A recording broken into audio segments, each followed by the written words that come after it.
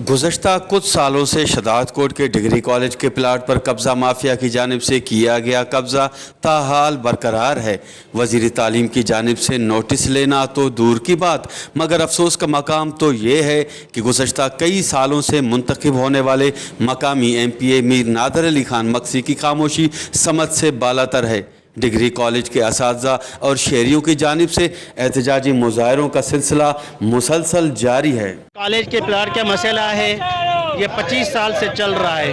Court का फैसला मौजूद है, रेवेन्यू का रिकॉर्ड मौजूद है, लेकिन अब तक वो प्लाट कॉलेज को नहीं दिया जा रहा है और रोज़ बरोज़ कोई ना कोई आदमी आकर बैठ जाता है, वहाँ पे कब्जे करने की कोशिश करता है। आपको मालूम होना चाहिए कि इसके मसले में हमारे उस्तादों ने बहुत कुर्बानियाँ दी हैं, हाई कोर्ट ने सोमोटो भी लिया है। इसके बावजूद हमें मालूम नहीं है कि ये जो कब्जागिर है इसके पीछे कौन के हाथ हैं। मैं स्टेट को गुजारिश करता हूँ कि फिलफोर इसको और इसके सहूलतकारों को गिरफ्तार किया जाए। कब्जा माफिया कूड़ा डॉक्यूमेंट्स कूड़ा जो आहे पंहिंजा शयूं खणी शहर वारनि खे गुमराह कनि था त हीअ जेको आहे सो कॉलेज जो हीअ बाउंड्री आहे। हालांकि बाउंड्री जो मसलो इहो न आहे, उहो कंहिं मसइले जे करे बाउंड्री आयल आहे। प्लाट इहो कॉलेज जो आहे ऐं कॉलेज जो रहंदो। असां वटि पूरा अल्हम्दुलिल्लाह हर डॉक्यूमेंट्स आहिनि, किथे बि असां उन्हनि खे जेको आहे सो बाक़ी राजूणी वाजूणी जो को मामिलो न आहे। सरकारी शयुनि जी राजूणी न थींदी आहे। असां कोर्ट जे ज़रिए पंहिंजा मामलात असां वटि सभु केस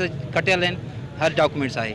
ॻाल्हि आहे त सॼे शहर खे ख़बर आहे त कॉलेज जो प्लाट आहे ऐं जेके लैंड माफिया आहिनि ऐं लैंड माफिया खे असांजे PS चुनाव जे MPA जी सरपरस्ती हासिलु आहे ऐं उन्हनि जे तसलसल सां इहो प्लाट जो कब्ज़ो कयो वञे थो पियो ऐं सॼे शहर खे ख़बर आहे त प्लाट ते कब्ज़ो केरु थो करे, सरकारी इमारतुनि ते केरु थो कब्ज़ो करे ऐं उन्हनि जी पुश्त बनाई केरु थो करे।